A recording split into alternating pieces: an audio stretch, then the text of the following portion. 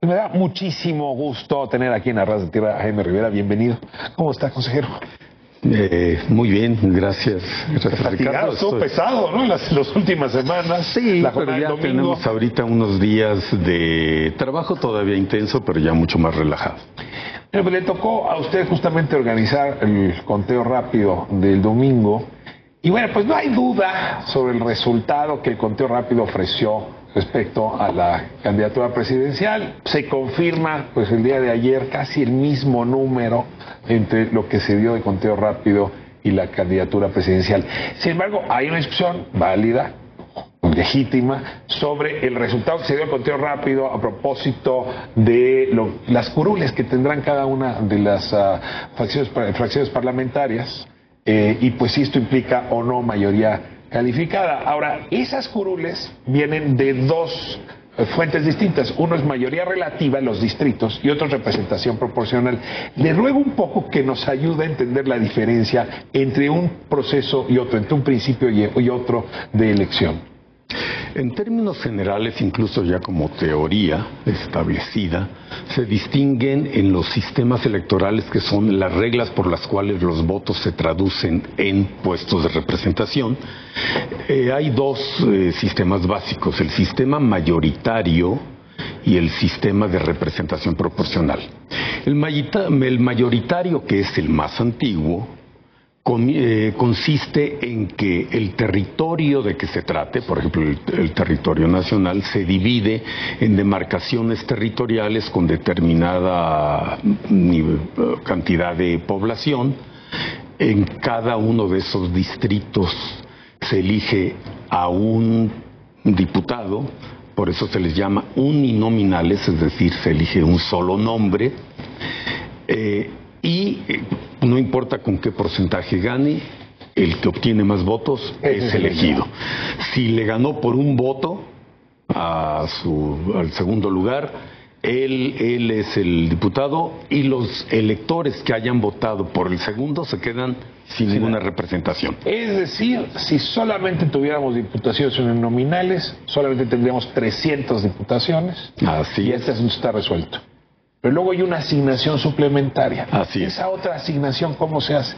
Esto corresponde también a un segundo sistema clásico de representación proporcional, menos antiguo que el mayoritario, pero que hoy existe en la mayoría de los estados democráticos. Se utiliza el sistema de representación proporcional. En la mayoría de los sistemas del mundo. O sea, quien está planteando desaparecer los pluris, poco le está dando la espalda a la mayoría de los sistemas democráticos del mundo. Así es, y a la historia. Y hay que explicar en qué consiste el sistema de representación proporcional.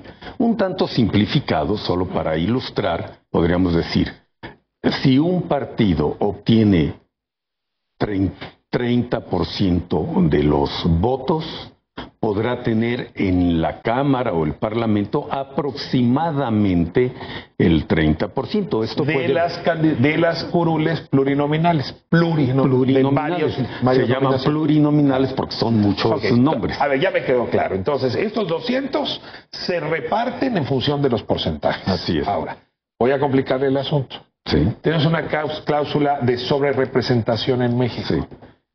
Tenemos muy poquito tiempo, pero dígame cómo opera esa cláusula, porque entonces no es tan cierto que uno recibe 30% de los votos y tiene 30% de las curules. No, hay que decir que los sistemas de mayoría relativa favorecen la sobrerepresentación. Ajá. En México tenemos un sistema mixto que combina los dos sistemas básicos que acabo de explicar. ¿Cómo se determina lo que un partido puede obtener? Sumando sus distritos de mayoría en los que haya triunfado, más el porcentaje de plurinominales que le correspondería por representación proporcional. Correcto. Ahora bien, nuestra legislación establece un límite a lo que de modo natural produce el sistema mayoritario. El sistema mayoritario siempre produce sobrerepresentación. Se puede considerar muy inequitativo en el fondo. El sistema mixto modera ese efecto lo atempera, pero no lo elimina. Pero no lo elimina. Lo que establece la Constitución es que ese efecto de sobrerepresentación, que aún en sistema mixto como el que tenemos se produce, se modere hasta un 8% para cada partido. Es un tope de no más de 8% en la sobrerepresentación. No es un bono de 8%, no, sino es un tope a la sobrerepresentación que de modo natural ningún partido podría atravesar ese límite. Ahora viene la pregunta central y le voy a poner esta gráfica en pantalla porque es la que nos trae a todos con la cabeza rota. Solamente le voy a comparar dos partidos para no meterme en problemas. El Partido Verde Ecologista de México, aquí la tiene ahí en pantalla, de aquel lado, mire, obtuvo 4.505.867 votos. Esto más o menos representa el 8.3%, pero se le van a entregar 74 diputados. En cambio, el PAN obtuvo 9.284.470. Esto representa 17.1% de los votos.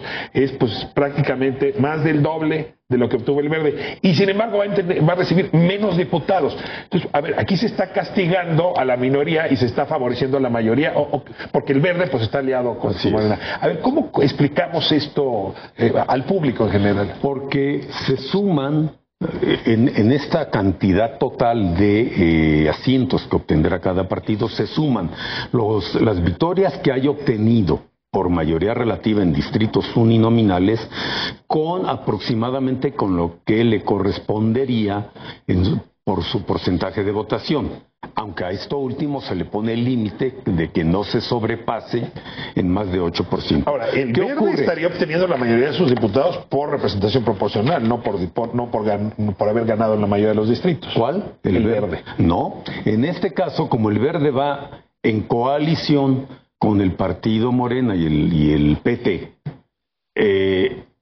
se suman los votos de los tres partidos. Casi la inmensa mayoría de los votos de la coalición los obtiene Morena, pero allí registraron candidatos del Verde. Es decir, el Verde ahí está obteniendo más de 40, aproximadamente 40 distritos de mayoría. Distritos de mayoría con una votación muy pequeña. Si fuera solo, obtendría mucho menos y quizás ninguno. Ahora, hay un argumento, lo ha dado Jorge Alcocer, exconsejero Ciro Murayama también, es que en realidad estos votos del Verde provendrían de que están premiando al Verde antes de premiar al PAN. Es decir, que en la prelación primero tendría que premiarse a Morena, que obtuvo el mayor número el porcentaje más alto, pero el siguiente que tendría que recibir el premio es el PAN, y que en realidad el bono que tendría que entregarse al PAN se le está entregando al Verde. ¿Es cierto? Es que no es un bono, no es un premio, es un límite a la sobrerepresentación que el sistema mayoritario produce naturalmente.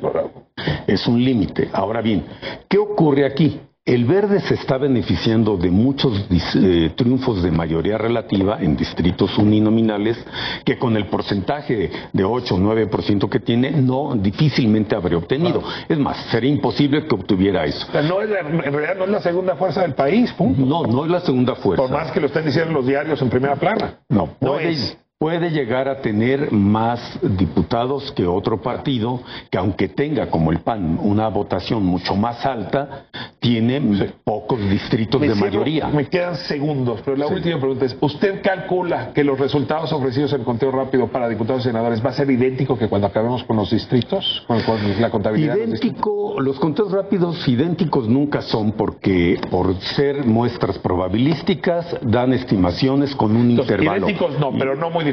No muy diferentes. Jaime, le agradezco muchísimo su participación en esta mesa, por esta clase que nos acaba de dar de Derecho Electoral.